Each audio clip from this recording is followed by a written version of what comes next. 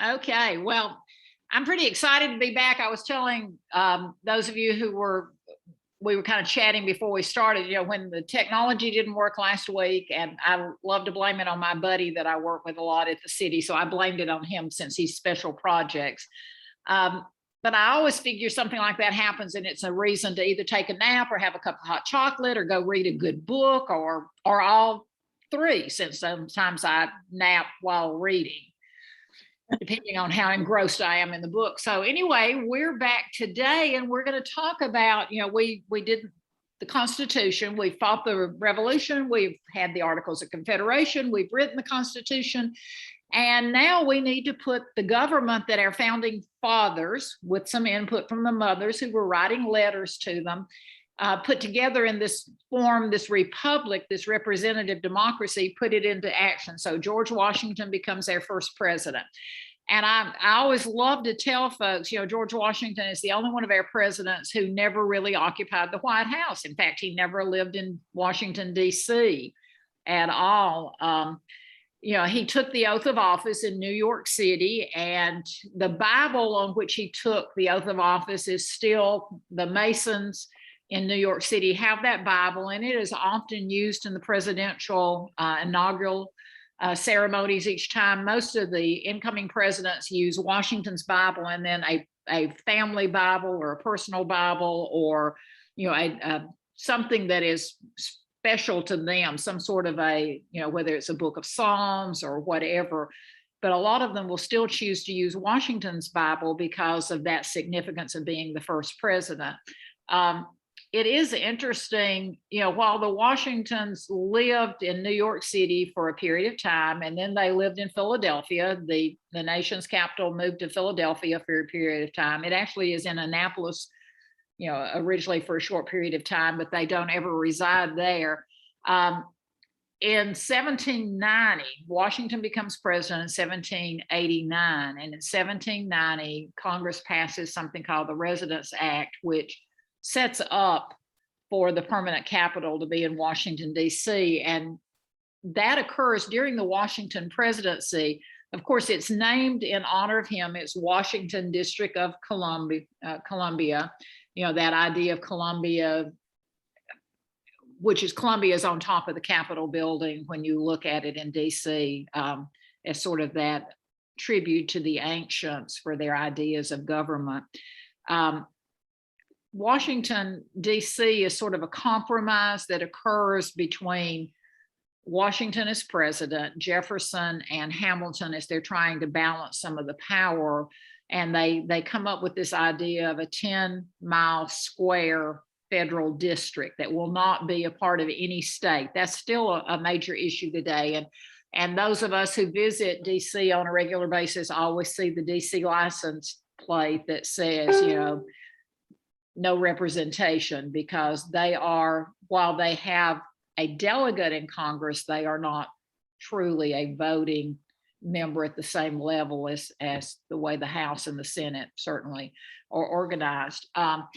It is true that Washington pretty much involved himself in all aspects of the design of the city. Of course, we know that that the city is designed in a grid with, the letter streets and the number streets, and then Constitution and Pennsylvania Avenue. But Washington is so involved in that early on, even understanding that he probably will actually never resign there.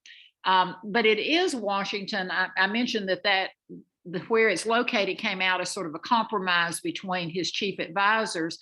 And I did want you to be aware that Washington's the one who comes up with the idea of a cabinet of advisors. Of course, if you look at the English system, beginning in 1714 or so, the prime minister, who is the first minister, is what it was originally called, advisor to the monarchy because of the limitation of the English Bill of Rights. But Washington decides that he needs certain people in charge of certain major areas. So he will create what we today think of as the executive departments and create that cabinet. Now, I always have thought that his cabinet, today there are 16 members. His cabinet was much, much smaller, but it's it's a pretty fantastic group of people. There were 4 original members: Secretary of State Thomas Jefferson, Secretary of the Treasury Alexander Hamilton, Secretary of War, sweet little fluffy Henry Knox, who had been the artillery sidekick of Washington all through the American Revolution. I have a real soft spot for Henry Knox because he gets overlooked so much. And then Edmund Randolph of Virginia becomes the first Attorney General, and the only one of the cabinet level positions that's not Secretary of. They debated the idea of Secretary of Justice, but that sounded like it might overlap with the concept of the court systems and all of that. So they came up with the idea that he would be the Attorney General. And of course, if you have a memory probably of talking about that first cabinet from when you were in high school or college or graduate school, you will know that Washington and putting Thomas Jefferson and Alexander Hamilton as the 2 most powerful cabinet level positions within his administration set himself up for what I like to refer to as sibling rivalry. You know, they just, if one of them said it was hot, the other one said it was cold. You know, if it just didn't matter. And of course, they have different philosophical differences. That's redundant.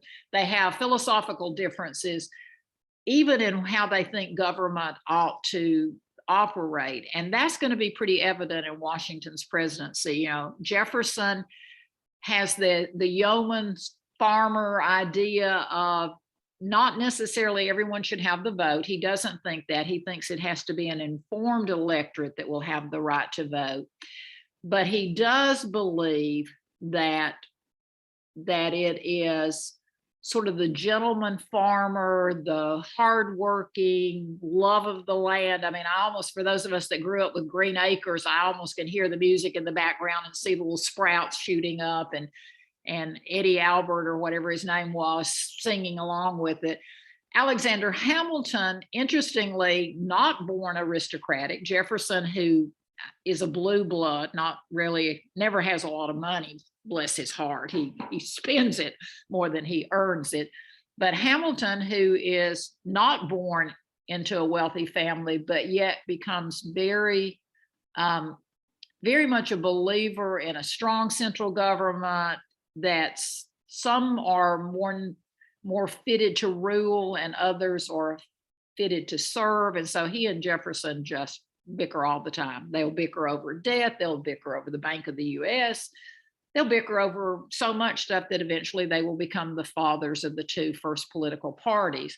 While all of that is going on, Henry Knox, except for the Whiskey Rebellion, is, you know, there's not a whole lot of warfare as such going on. So Henry Knox is not so desperately involved. And Edmund Randolph will be working with, you know, the idea of creating the court system, because as you'll remember, we mentioned with the creation of the Constitution that by the time they got to Article 3, they just sort of said, you know, there'll be a Supreme Court. Here's how you choose the Supreme Court members. They serve for life unless they do something really icky, and we'll have other courts as necessary. And that was pretty much it. It's also interesting that I think Washington felt, and we know from reading his notes and everything, that Washington was concerned that during the time of the Confederacy, the Articles of Confederacy, that the presidents of those conventions, even during the time of the First and Second Continental Congress, that everybody always wanted to have an audience with whomever was the president.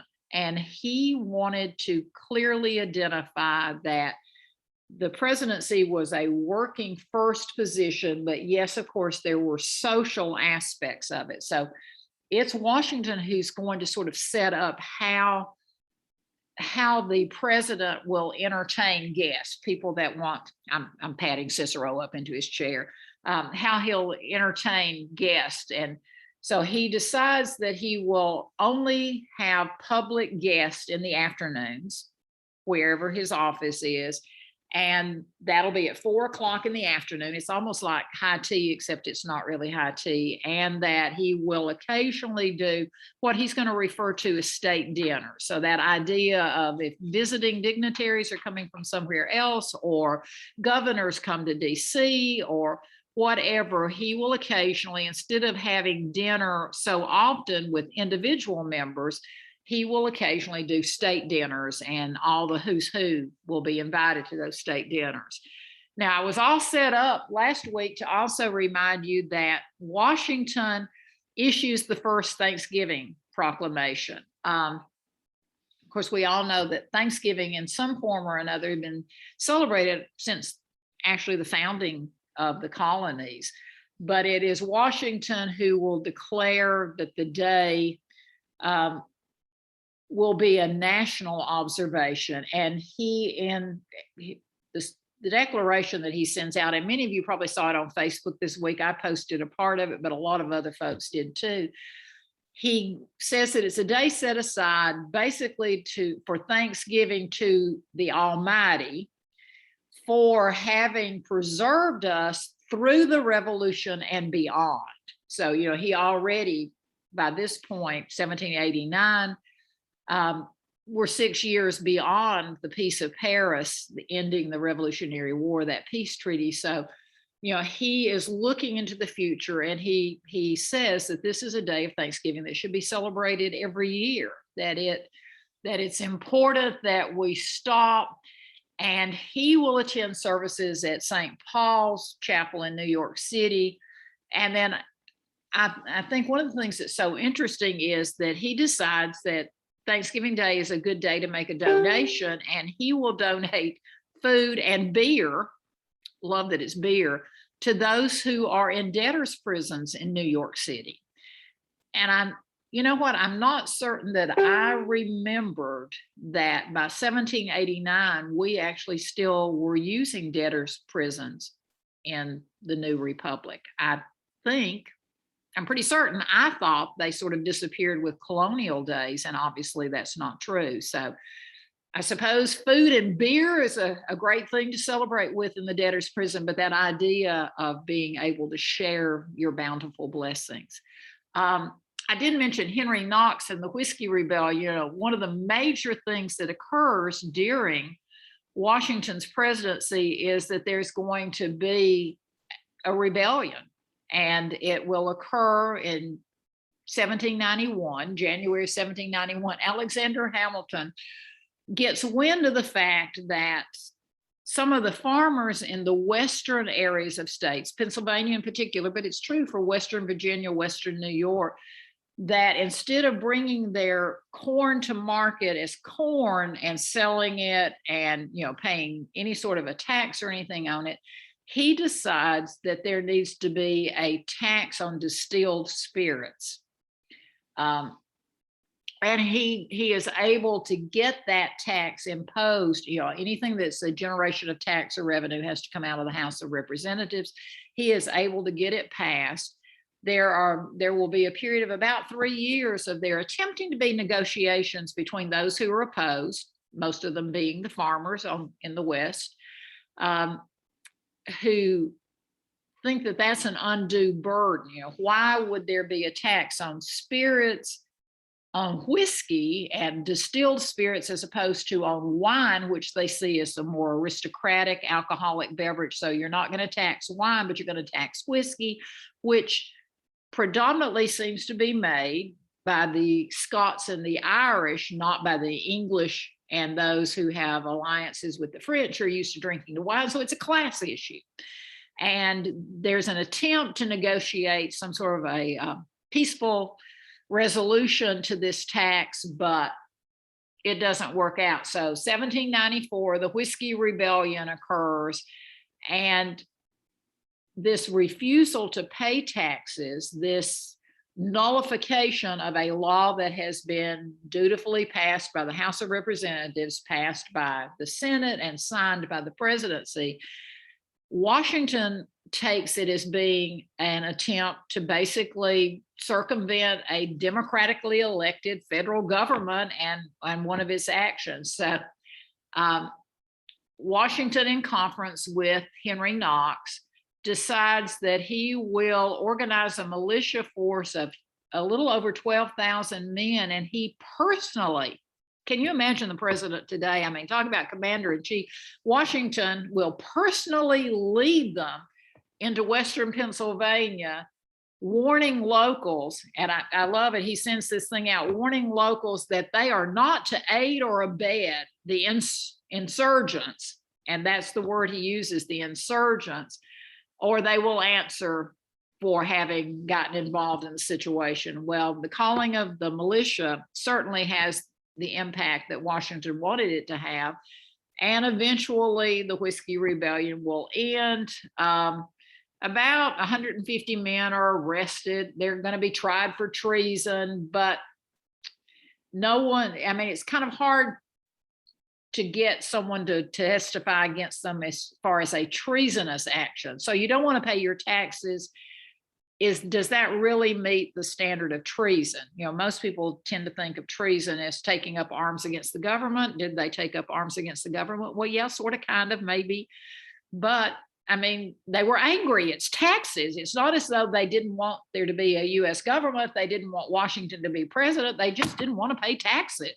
I mean, paying taxes gets people upset, and we get righteously indignant, especially if we think we're paying taxes and other people are not paying taxes, i.e. the wine producer. So anyway, there are only 2 men that are found guilty of treason, and both of them will be pardoned almost immediately by President Washington. And Washington will then, you know, sort of kiss and make up and hug everybody and say, you know, we've got to have money to support the government. It's okay. Now, one of the things that I do find interesting is there's quite a bit of legislation during the Washington presidency, you know, because we're setting up new systems of government. We're going to pass the Judiciary Act of 1791. We're looking at how do we bring in territories? How do we deal, you know, how do we put into effect the Northwest Territory and the actions that have been taken even during the time of the Articles of Confederation Congress. And yet the reality is Washington, in his entire 8 years of the presidency, only vetoed 2 bills. 2, look at that, fingers, only 2 bills.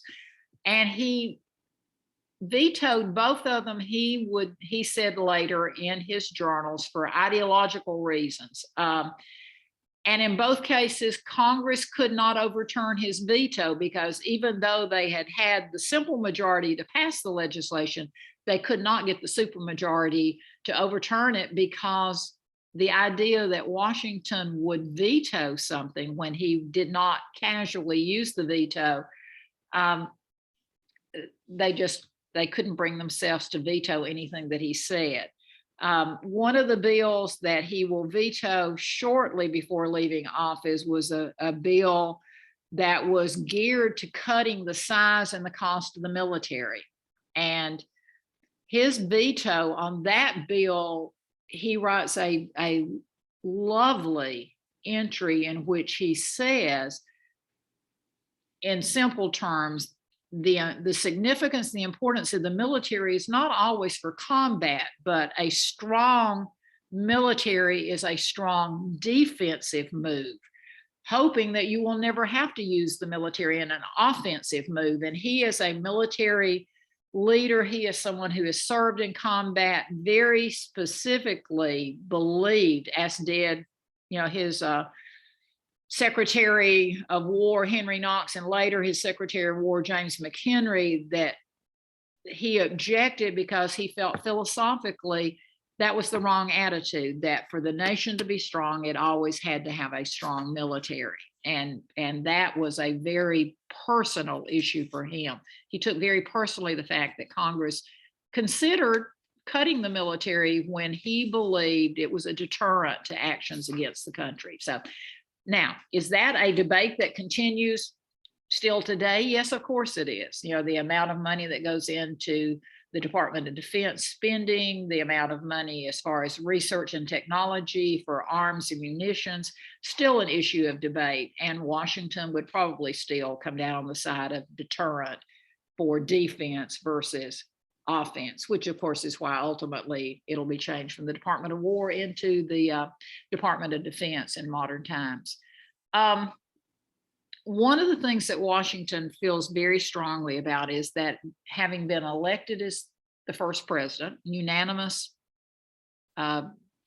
electoral college votes, hasn't happened since then, probably would never happen again, but because it's George Washington and he was sort of, first in the hearts of his countrymen, he does believe that he is president of all the people. And he takes that very seriously. Washington by this point is growing older and he is much more ideological, much more philosophical. And he will in 1790 visit the largest Jewish congregation in Rhode Island. And there was a lot of clamor about the fact that here was Washington, who was, Christian, Protestant Christian, Anglican, basically by worship, that he would attend services at a Jewish synagogue. And he attends a religious service there. And in doing so, he speaks and he reinforces the idea that so much of what this nation is, the ideas that it's founded upon, is this idea of religious liberty in American life. Not only are you free to practice faith as you choose, but you are equally and significant. The counterbalance to that is you're free to worship as you want to. Each person is free to worship, and there will be no government imposition of a religious faith. So if you choose to worship in no way, then that's an individual choice. And Washington, in talking to those who were there at the synagogue on that day, says, and I pulled a quote I wanted you to hear because I do think that it's interesting. He says, and these are his words, "It is now no more that toleration is spoken of as if it was an indulgence of one class of people that another enjoy the exercise of their inherent national rights." He then goes on in a letter to them that sort of sums up his having attended. He says, "The government of the United States, which gives to bigotry no sanction, to persecution no assistance, requires only that they who live under its protection shall demean themselves as good citizens." I just think that's incredibly profound when you think about it. I love that. To bigotry, no sanction. To persecution, no assistance. So while he may be a president who professes the Christian faith as his belief, he is very adamant, and when he visits the synagogue, and saying that those who are practicing the Hebrew faith, who are Jewish in their beliefs, are equal under the protection of the government. And he wants them to know that there will be no anti-Semitism during his watch. That's just, I think, sort of fascinating when you think about how often through history the issues of anti-Semitism pop up. And of course, we've seen it at its worst, certainly during World War II, but several other times. Washington will be elected for a second term, no opposition. What I think I love most about his second term is his inaugural address. It is the shortest one in history. It lasts 2.5 minutes. It is not delivered in person. It is at that point, people didn't do their inaugural addresses necessarily in person. They wrote it. It went into all the newspapers so that everyone across the states could enjoy the inauguration. People just didn't travel casually long distances. And I do want to read you one line from his inaugural address because it's just so funny. He said, "I am again called upon by the voice of my country to execute the functions of its chief magistrate." We tend to today think of magistrates in a judicial sense, but he uses that term. "When the occasion proper for it shall arrive, I shall endeavor to express the high sense I entertain of this distinguished honor and of the confidence which has been reposed in me by the people of the United States." That's pretty much it. Then he goes ahead and says, when I take the oath, I will take the oath and I will mean it. And I'm sure that there will be subject to the upbraidings of all of those who are now witnesses to the present solemn ceremony. And I mean, it's over and done with. That neither of his inaugural addresses are particularly significant historically. What is important, and I'm looking at our time, which is about right, what is really important is his farewell address is one of the most important speeches in our American history. I constantly quote the farewell address because, he gives that farewell address. Even Lincoln, in the middle of the American Civil War, will call upon Washington. We tend to, when I was a kid growing up, every classroom had a picture of Washington and every classroom had a picture of Lincoln, and they were sort of the two presidents. All the other presidents paled in that comparison, I think, because of the beginning of the nation coming out of the revolution, and then that internal strife that threatened to rip the republic apart and be its death knell. Well, Lincoln, even in the height of the Civil War, will quote Washington's farewell address, and it's in 1862 that we first really begin to celebrate Washington's birthday, because Lincoln looks back at that farewell address. So, what does he say in the farewell address? Most people believe that Alexander Hamilton helped him write it, because Hamilton loved to write. Hamilton had been, so instrumental, Hamilton, Madison, and Jay, in writing the Federalist Papers that got us the approval of the Constitution, and, sort of pulled together everything necessary for that. But in the farewell address, he basically says two things, two big issues, neither of which do we seem to pay attention to a lot. One, he says, political parties, no. Political parties, his great fear, and it always is so interesting. He said his great fear basically was that political parties would divide us as American citizens, and we would become more loyal to the party with which we identified than we would to the nation which was our home. It's kind of interesting to think that he's saying that, in early 1797, because Adams will take the oath of office in March the 4th of 1797. And he says that, and of course, I think he feels it so strongly because so often in those meetings of the cabinet, until Jefferson actually will resign as Secretary of State and will instead, become an ambassador for the nation again, as he had been often during the war. Washington had watched as Hamilton and Jefferson, both men he thought of integrity, both men he thought of as of wisdom, but they became so philosophically aligned to their version of what the government should look like that it was difficult, and he will write to this effect, it was difficult for them to listen to the other's arguments. Instead, too often they simply were searching for ways to reinforce their own ideas. I find that fascinating. The other thing so he says, no political parties. Political parties may be the death knell of the republic. The other thing he warned us about was he warned us about entangling foreign alliances. And I think of that every time, anytime that I taught the Great War, and you look at the causes of World War I, the Great War, and it is nothing less than entangling alliances, but that's so true throughout history. And he is concerned that as a young nation, he knows there are factions within the political parties. The Federalists are very pro-Britain. The Democratic Republicans are very pro-France. And his idea is to be everyone's friend, but not everyone's best friend.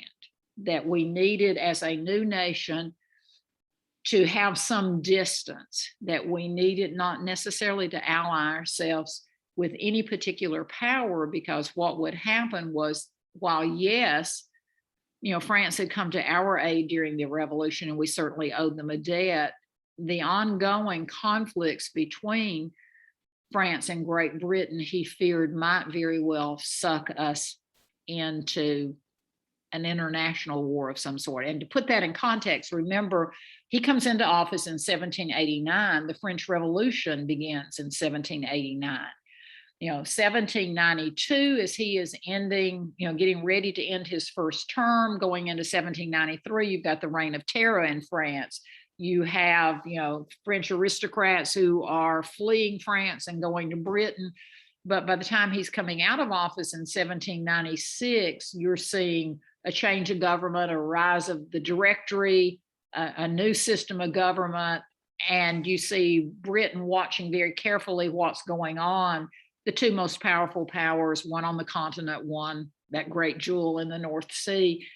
And he's saying, we don't know where this is going, so maybe we need to stay neutral and very careful in these entangling alliances. Major pieces of legislation during his presidency, probably, the Judiciary Act of 1789, which sets up the Supreme Court, sets up the Attorney General, and then begins to look at a system of federal courts so that not everyone has to come to the capital, to New York City, to Philadelphia, eventually to DC. 1790, there is a Naturalization Act, which sets up, according to the guidelines provided in the Constitution, the process by which one could become a citizen. Remember, we are now a new nation. The Constitution sets up those guidelines, 5 years, a process by which you become a citizen. And of course, most of us today are familiar with the fact that you sit for a written examination, and we hopefully very soon will get back to being able to do those naturalization ceremonies downtown at the federal courthouse on Georgia Avenue. It's one of my favorite things every year. Twice a year we do citizenship ceremonies, but that comes about during Washington's administration. He also, there's a Militia Act in 1792. He's very concerned about national security, and it is an act that allows he, as the president, commander-in-chief, to call out the militia if he feels that we are threatened by, and the act actually says foreign or domestic threats. And it sort of organizes a uniform military structure. How's the military going to be organized? Of course, by 1793, we have the U.S. Army, we have the U.S. Navy, the Marines, who are a part of the Navy, but also are sort of their own force. How are those going to function? How are they funded? How do they interact with each other? Are there specific duties to one branch of service that's different from another branch of service? A lot of that will come out of that Military Act of 1792. And then the 1794, one of the things that we realized was that the Navy in particular, if we were concerned about foreign threat, that there needed to be some updates. So there's a Naval Act passed in 1794. He signs it in 1794 that sets up to build a number of ships. Among those ships, the U.S. Constitution, which of course is still harbored and we can still visit it.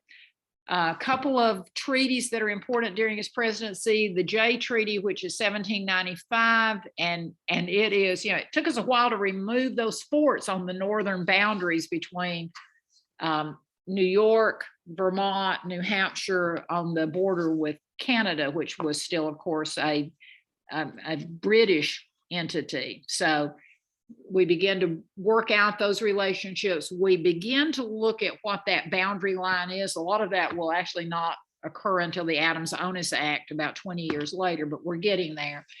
And then the other major probably action that occurs is he will sign the Pinckney Treaty. And of course, the Senate has to ratify all treaties, and then the president signs it.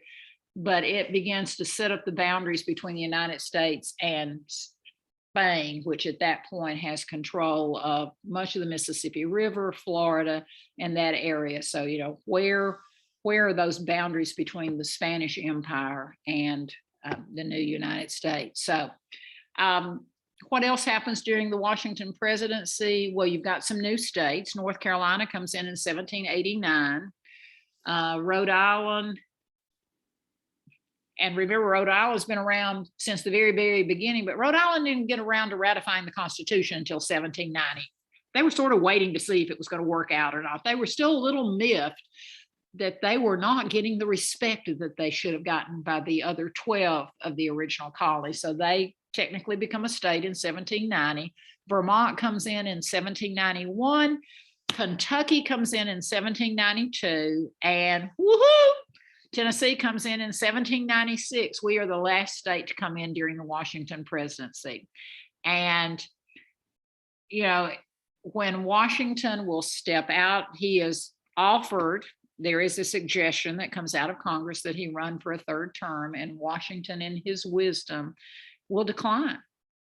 He believes that there is too much danger in one person maintaining power for any length of time, that it would be too easy for a person to become consumed by the power they perceive to have. Now, in all fairness, the presidency at the time of Washington, Adams, even Jefferson is not the powerful office it is today. In fact, it's not the powerful office it is today when Calvin Coolidge is president or Herbert Hoover. That begins to occur.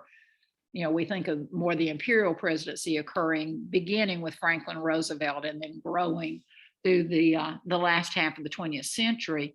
But he's very concerned, which is why he, and I didn't mention this before, but when he is first elected president, there's this huge discussion in Congress of what are they going to call him? Are they going to call him His Excellency? Or are they going to, you know, what's the term? And he wants, it is Washington who says, Mr. President. Anything more than that would appear to elevate one individual higher than the others. And he is a firm believer, which is interesting coming from, you know, an aristocratic family, but he is a firm believer that within the republic, all citizens are equal. Now, their gifts may not be equal, their, you know, their lot in life may not be equal, but as far as how they will be addressed, there will be no lords and ladies, there will be no His Excellency, it'll be Mr. President. And of course, that's what we still use today. So he leaves the presidency, and John Adams, who had been the first vice president, stands for election and will become the president. Now, Adams, we know pretty well because, you know, we met him with the Declaration of Independence. We saw him as ambassador to Great Britain during the time of the American Revolution.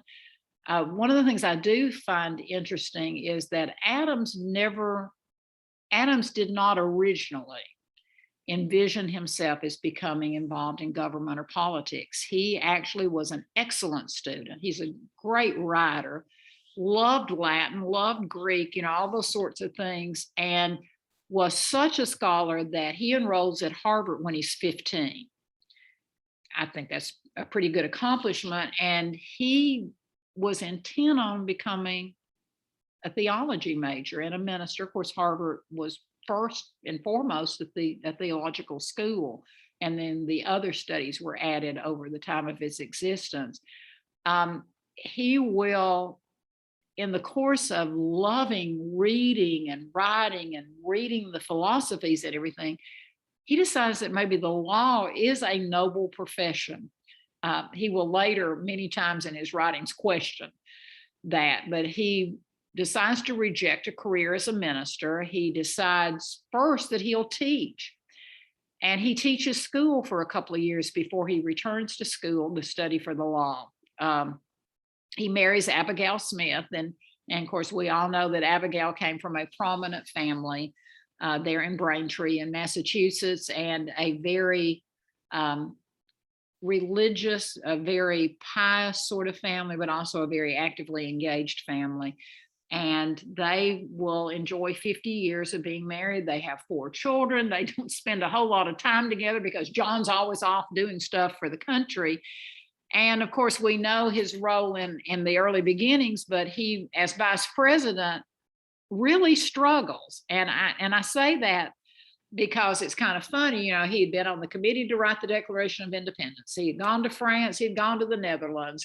He had helped negotiate the Treaty of Paris. He comes home and he's there for a few months. Then he authors the Massachusetts state constitution. Then he's engaged in all sorts of diplomatic things. And then he's elected to the vice presidency. And it's as though he drops off the face of the earth. You know, constitutionally, the vice president's only duty is to sort of sit in waiting in case the president dies.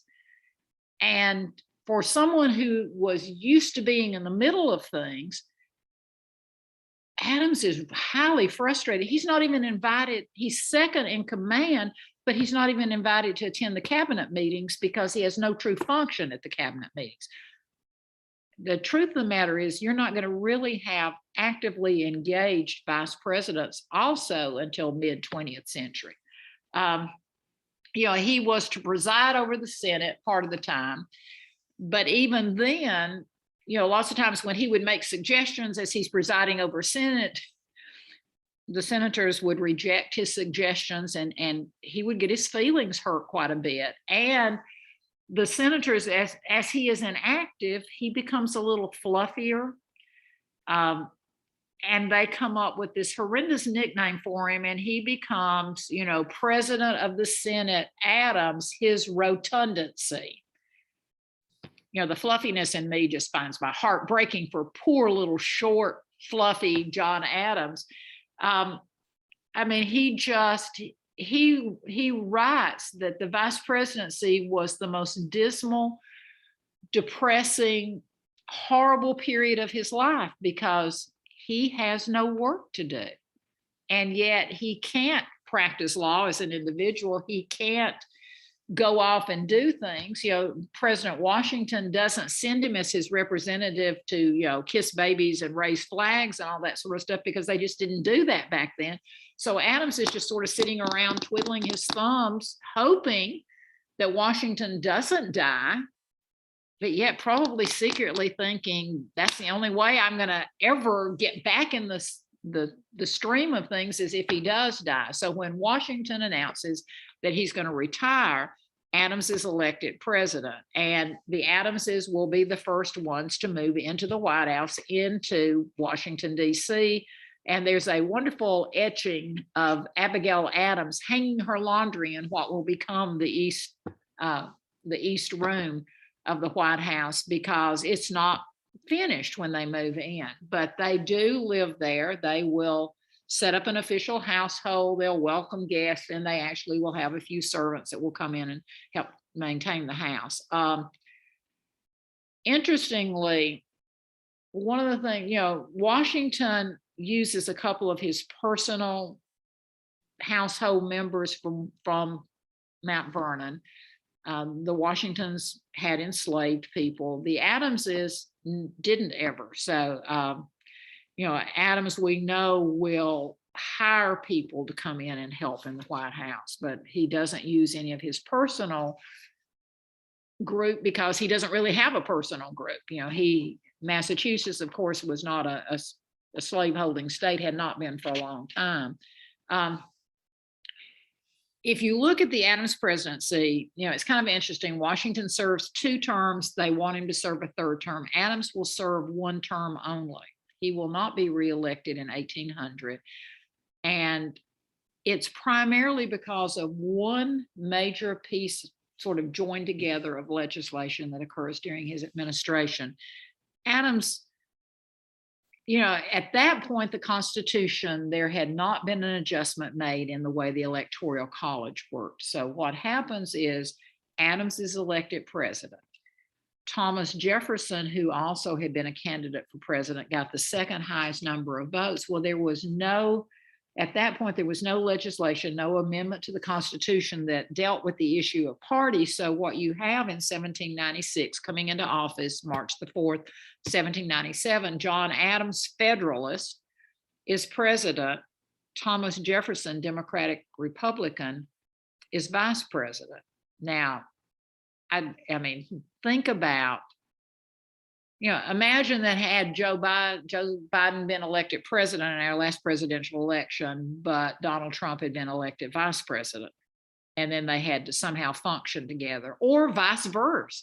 I mean, it's just today, we look back and go, what in the world were the founding fathers thinking that they didn't? And it's because they did not envision political parties to so quickly have the power and the impact that they do. So Adams becomes president. Adams, he and Jefferson had been the very, very best of friends. And then they served together. And in that period of 4 years in which they served together, that friendship begins to erode significantly. They are just philosophically different. Adams, we know, is I don't know if jealous is the right word, but he is incredibly threatened by Jefferson, who is so much younger. Jefferson, who is, tall, aristocratic, redheaded, also writes beautifully. And Jefferson, he believes, has a greater public appeal than he does. He looks at himself and he doesn't think that he plays as well in the media as Jefferson does. It's kind of like those of us that look at social media today and we think, oh, she always looks so beautiful. How come she never looks like she's been hit by a train or, had a bad day or something? And that's kind of how Adams, we know, looks at Jefferson, and he's just, this was one of his dearest friends, and now he's so annoyed. And he's very threatened by the Democratic Republican Party. He believes that they're wrong. 1789, just as he's getting into his presidency, it looked as though the United States might get into war with France. And the Federalists believed that the Democratic Republicans were the ones who were drawing them into a war supporting France against Great Britain. It's a sectional sort of thing. New England is much more closely allied with Great Britain because it's a merchant trading, shipping, fishing, all those sorts of things, as opposed to the lower mid-Atlantic states and the southern states that are more sort of closely philosophically aligned with France. And Adams is able, again, using Hamilton is still around at that point, is able to get through the US Congress, through the House of Representatives and through the Senate, what's coupled together a piece of legislation called the Alien and Sedition Act. And it's one of those, two acts, but it's one of those pieces of legislation you look at and you think, how in the world was he able to do it? And was he really so threatened by Jefferson? Well, yes, he was. And in reality, by pushing the Alien and Sedition Acts, he actually plays into the Democratic Republican Party's hands. So, what did the legislation say and why is it significant? Well, according to the Constitution, for an alien to come into the country and then to become a citizen, there was a waiting period of 5 years and certain steps that had to be taken. Adams is very fearful that a lot of the new immigrants that are coming in are going to identify with Jefferson and the ideology of the Democratic Republican Party, that it is a more, grassroots up sort of party, a wider push for the vote than the Federalist Party was, all those sorts of things. So Adams is able to get Congress to pass a new Alien Act, which basically moved the time for an immigrant to become a naturalized citizen from 5 years to 14 years, which, if you think about it, is significant in the amount of time. Now, the Sedition Act is even more troubling if you think about it from a constitutional standpoint, from what we today would think of as a legal standpoint, with a Bill of Rights authorizing free speech, free press, all of that. So the Sedition Act basically made it a crime for American citizens, and let me read you the quote from the piece of legislation, to print, utter, or publish any false, scandalous, or malicious writings that were critical of the US government. Well, false you can deal with. Scandalous, what does scandalous mean when you're writing about the government? Malicious, so does that mean you can't be critical of elected officials? Well, basically that's what it will come in to mean. And it basically, the legislation, the way that it will be interpreted, it will be used primarily to attack newspapers that are owned by Democratic Republicans, speeches that will be made by Democratic Republicans, and the only journalists that will be actually prosecuted under the Sedition Act are going to be editors of those Democratic Republican newspapers. both of the pieces of legislation, Adams believed was an attempt to bring the country together in sort of a form of unity. In reality, the Democratic Republicans see it as a suppression of dissent, and they believe that dissent is a protected right within a republic. It sets off a firestorm, absolutely a firestorm of criticism against Adams. Here is Adams, who has been involved in the Declaration of Independence, which certainly included scandalous and malicious statements about the government of Great Britain, and yet he's turning around now and saying, so, even if you're just criticizing a member of Congress, if you're criticizing the president, that is punishable by arrest and imprisonment, not so much. So what you're going to have is a real division within the nation. And those controversies over the Alien and Sedition Act are going to be primarily the reason that John Adams will not be elected to a second term. Now, in all fairness, Adams wanted to avoid war, and he is successful in doing that. He is successful in us not going to war, but at what cost do you stop war? And it's very reminiscent, and we'll talk about it when we get into the 20th century, but very similarly during the time of the Great War, we're going to have, Schenck versus the US, which authorized the arrest of people who criticized the draft, who refused to agree to the draft, to show up, to be registered. Anyone who published anything about war being a tool of capitalism or whatever, all of those will become crimes which can be for which the person can be arrested, imprisoned, all those sorts of things. And it's an issue that will continue over and over again. Can you be critical of the nation if there is a disagreement with the way the government's being run? Can you imagine today if the only thing that you saw in the press was positive comments about the government? I mean, it'd be kind of refreshing for there to be positive comments about anything in the government, because it seems like now it's always a hissing and spitting sort of thing. So Adams will really serve only the one term, and he will be devastated when Thomas Jefferson will be elected to the presidency in 1800, and Adams, who has served only his one term, will very peacefully be ousted and will return to his home outside of Quincy, Massachusetts. But he feels as though his presidency has not had the opportunity to say what he wanted to say. So he's going to spend the next 25 years writing constantly. Right. Correspondence is amazing.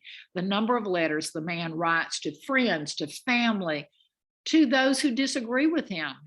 He and Jefferson from 1800 until 1818 will not exchange words or letters. And it's one of those things that I look at and go, I would have loved to have baked a cobbler and brought them both to the house and said, come on, both of you love the nation. Let's kiss and make up. I'm going to put you all in. When my kids were little and they would fight, I would get one big t-shirt, one of their dad's t-shirts, and put them both in it.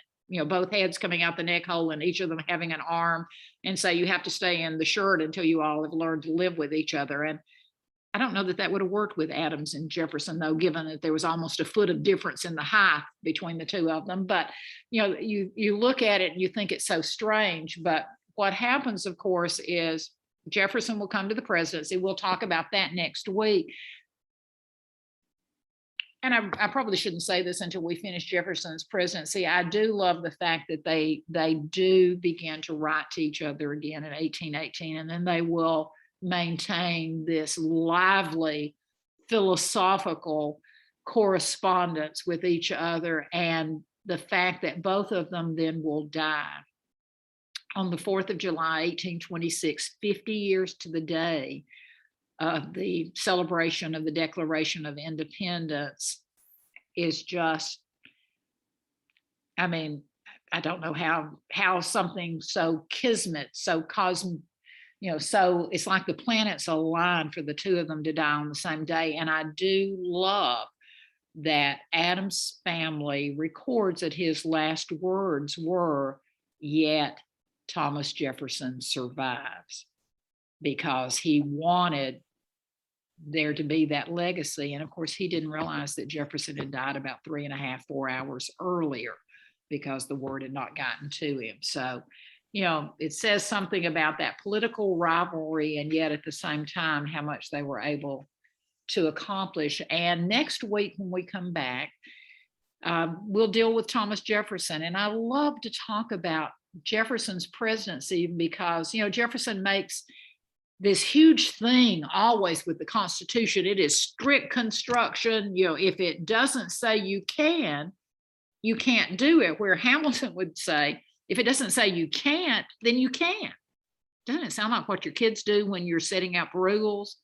You know, they're looking for that loophole. And yet Jefferson, within the early months of his presidency, will get the opportunity to purchase Louisiana, and there is no constitutional, I mean, there's nothing in the Constitution. There's no musings in the notes, and they're writing the Constitution. There is nothing that authorizes the president to buy territory of that nature. And yet Jefferson, who is a strict constructionist, will go, except when I need to not be a strict constructionist.